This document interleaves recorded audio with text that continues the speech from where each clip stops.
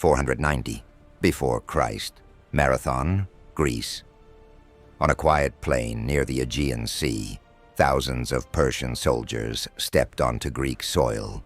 Behind them stood the power of Darius the Great, ruler of the largest empire the Greek world had ever faced. Ahead of them stood Athens, not a great empire, not a unified nation, just one city, exposed, divided, and almost alone. The Persians had come to punish it. They had crossed the sea to make an example of Athens, to break Greek resistance, and to remind every city in the Aegean what happened to those who defied the King of Kings. And for the Athenians, the danger was simple. If they failed at Marathon, there might be no Athens left to save. Sparta was not there. No massive Greek army had arrived. No wall stood between the Persians and the road to the city. Only a smaller force of Athenian hoplites, joined by loyal Plataean allies, waited on the plain. They were outnumbered. They were facing an empire. And yet, in one of the most dangerous decisions in ancient military history, they chose not to wait. They chose to attack. But how did a smaller Greek army stop the Persian Empire? Was it courage? Was it luck?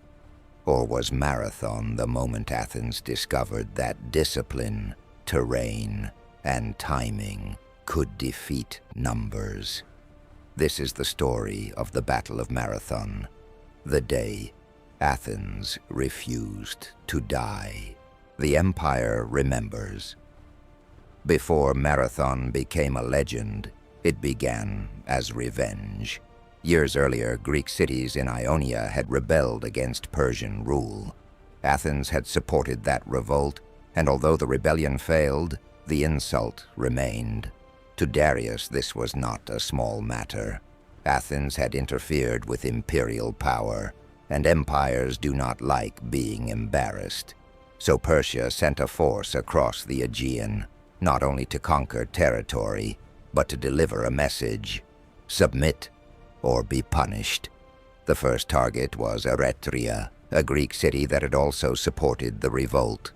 The Persians captured it, destroyed parts of it, and carried people away. Then they sailed toward Attica, toward Athens. When the Persian fleet landed at Marathon, the Athenians understood what was coming. This was not just a raid. This was the shadow of an empire arriving at their door. If Athens surrendered, its independence would die. If Athens fought and lost, the city could be burned, its people enslaved, and its name reduced to a warning. The Athenians sent a runner to Sparta, asking for help. But Sparta could not come immediately. The reasons were religious, political, and practical. But the result was terrifying. Athens had to face Persia before Sparta arrived. The clock had started. The plain of Marathon. Marathon was not just an open field. It was a trap waiting to be understood. The Persians had ships, cavalry, archers, and infantry drawn from a vast imperial system. In open ground, their mobility and missile fire could be deadly. But the Athenians knew the land better. The plain was bordered by mountains, marshes, and the sea. It gave the Persians room to land, but it also limited how they could fully use their strength. For several days, the two armies watched each other.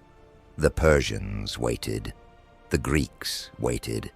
Every hour carried risk. If the Athenians attacked too soon, they could be destroyed. If they waited too long, the Persians might re-embark, sail around the coast, and strike directly at Athens while the army was still at Marathon. That possibility haunted the Greek commanders, because Marathon was not only about winning a battle, it was about saving a city. Among the generals was Miltiades, a man who understood Persian warfare better than most Athenians. He had experience with the Persian world. and he knew that fear could be as dangerous as the enemy itself. He argued for action, a dangerous action, a decision that could either save Athens or destroy its army in one morning. Hoplites against empire. This was not just a battle between Greece and Persia. It was a collision between two ways of understanding war. The Persians brought imperial scale, archers, light infantry, cavalry, movement, pressure, a multinational army designed to overwhelm enemies through flexibility, numbers, and the authority of empire. The Athenians brought something different: citizen soldiers, heavy shields, long spears, bronze helmets, a formation built for impact. A Greek hoplite was not designed to fight alone. He was part of a wall. His shield protected himself, but also the man beside him. His strength came from discipline, pressure, and trust. In close combat, the hoplite phalanx could be terrifying. But to reach that close combat, the Greeks had to cross the killing distance. They had to move across open ground while Persian arrows filled the air. That was the problem. The Persians could wound them before they arrived. The Greeks could only win if they reached the enemy line with enough force to break it. So Miltiades prepared a gamble. He would strengthen the wings of the Greek formation and thin the center. It was dangerous. A weaker center could collapse, but stronger wings could do something devastating. They could crush the Persian flanks. It was a plan built on risk, and at Marathon, risk was the only weapon Athens had left. The run toward the empire. Then came the order. The Greeks advanced, not slowly, not cautiously. They moved forward with speed. Ancient accounts describe the Athenians running toward the Persians, a shocking sight for an enemy used to opponents breaking under missile fire. Imagine that moment.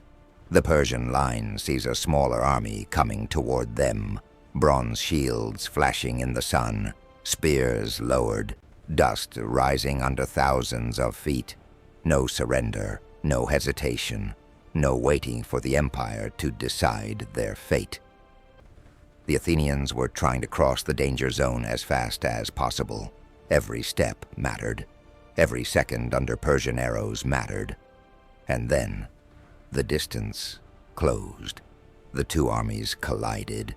The sound of Marathon became wood, bronze, shouting, shields, spears, and the pressure of bodies pushing against bodies. In the center, the Persian line pressed hard. The thinner Greek center began to give ground.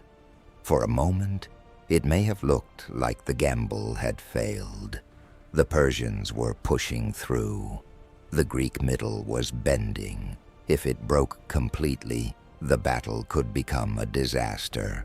But on the wings, the opposite was happening. The stronger Athenian and Plataean flanks drove into the Persians with force. They pushed the Persian sides backward. They began to fold the battle inward, and slowly the Persian advantage turned into a trap. The line breaks. This was the turning point. The Persians had pressure in the center, but the Greeks had control on the wings. And once the Persian flanks began to collapse, the battle changed shape. What had started as a frontal clash became an encirclement. The Greek wings turned inward. The Persian troops in the center, who had been advancing, suddenly faced danger from the sides. Momentum shifted. Confidence broke. And in ancient battle, when confidence breaks, armies can fall apart faster than commanders can repair them. The Persians began to retreat toward the shore, toward their ships. The Greeks pursued. This was no longer about holding a line. It was about preventing the invaders from escaping easily, about forcing the empire to pay for every step back to the sea. Some Persians reached the ships. Others were trapped near the marshes. The Athenians tried to seize vessels before they could launch. The fighting near the shore was desperate, but the meaning of the battle was already becoming clear. The empire had landed to punish Athens. Instead, Athens had broken the invasion force at Marathon. The impossible had happened. A smaller Greek army had met Persia in open battle and survived. More than survived, it had won. The race back to Athens. But the danger was not over. The Persians still had ships, and Athens was still vulnerable. If the Persian fleet could sail around the coast and reach the city before the Athenian army returned, the victory at Marathon might mean nothing. The city could still fall. So after fighting one of the most important battles in their history, the Athenians had to move again. They marched back toward Athens with urgency, exhausted, dust-covered, carrying the weight of a victory they had no time to celebrate. This is one of the reasons Marathon became more than a battlefield story. It was not only the clash, it was the race. The idea that Athens had to win, then return fast enough to prevent a second disaster. When the Persian fleet approached and saw the city defended, the opportunity was gone. The invasion had failed. The Persians withdrew. Athens was alive. What Marathon changed? The Battle of Marathon did not end the Persian Wars. 10 years later, Xerxes would return with a much larger invasion. Thermopylae would happen. Salamis would happen. Plataea would happen. The struggle between Greece and Persia was far from over. But Marathon changed something essential. It changed belief. Before Marathon, the Persian Empire seemed almost unstoppable. It had wealth, territory, manpower, roads, kings, fleets, and armies drawn from many nations. Athens was only one city. But after Marathon, the Greeks had proof that Persia could be beaten. Not in myth, not in theory, on the ground, with shields, spears, discipline, and a terrifying willingness to attack first. For Athens, the victory became part of its identity. It showed that citizen soldiers could defend their city against imperial power. It gave confidence to a people who would soon build a navy, expand their influence, and become one of the central powers of the Greek world. But the victory also carried a warning. Persia had been beaten, not destroyed. Darius had failed to punish Athens, but the empire remembered, and the next invasion would be larger, more dangerous, more determined. Marathon was not the end of the story. It was the first great shock. Myth, memory, and the runner. Over time, Marathon became surrounded by memory and legend. One of the most famous traditions tells of a runner who carried news of the victory back to Athens, inspiring the modern marathon race. The exact details are debated, and ancient sources do not all tell the story in the same way. But the legend survived because it captured something true about the battle. Marathon was about endurance, the endurance of a city under threat, the endurance of men who marched, fought, and hurried back to defend their home, the endurance of an idea that a smaller people could stand against a greater power and refuse to be erased. That is why the story lasted. Not because every detail is simple, not because the numbers are perfectly certain, but because the meaning is powerful. On that plain in 490 before Christ, Athens faced a question that many civilizations have faced. in different forms. What do you do when the stronger force arrives? Do you submit? Do you wait? Do you hope someone else saves you? Or do you step forward before fear makes the decision for you? At Marathon, the Athenians stepped forward. Marathon was not just a Greek victory. It was a warning to empires. Numbers matter, power matters, ships, soldiers, money, and kings matter. But they are not everything. Terrain matters, timing matters, leadership matters, and sometimes the side that looks weaker understands the moment better than the side that looks unbeatable. The Persians came to Marathon expecting punishment. They found resistance. They expected Athens to fear the empire.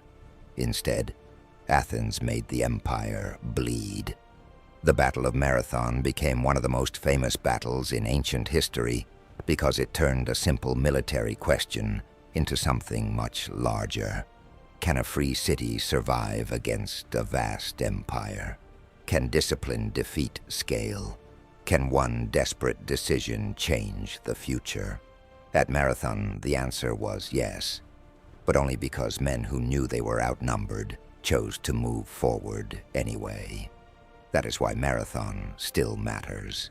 Not because it ended the war, not because it made Athens safe forever, but because it proved that history can turn in a single morning, on a dusty plain, when fear meets discipline, and discipline refuses to break. If you want more cinematic stories about ancient battles, empires, betrayals, and the decisions that changed civilization, subscribe to Bellum Insights. Leave a like if this story helped you see Marathon beyond the legend. And tell us in the comments, was the victory at Marathon the result of courage, strategy, or Persian overconfidence? Then watch the next video, where we uncover another moment when a civilization stood on the edge of collapse and history changed forever.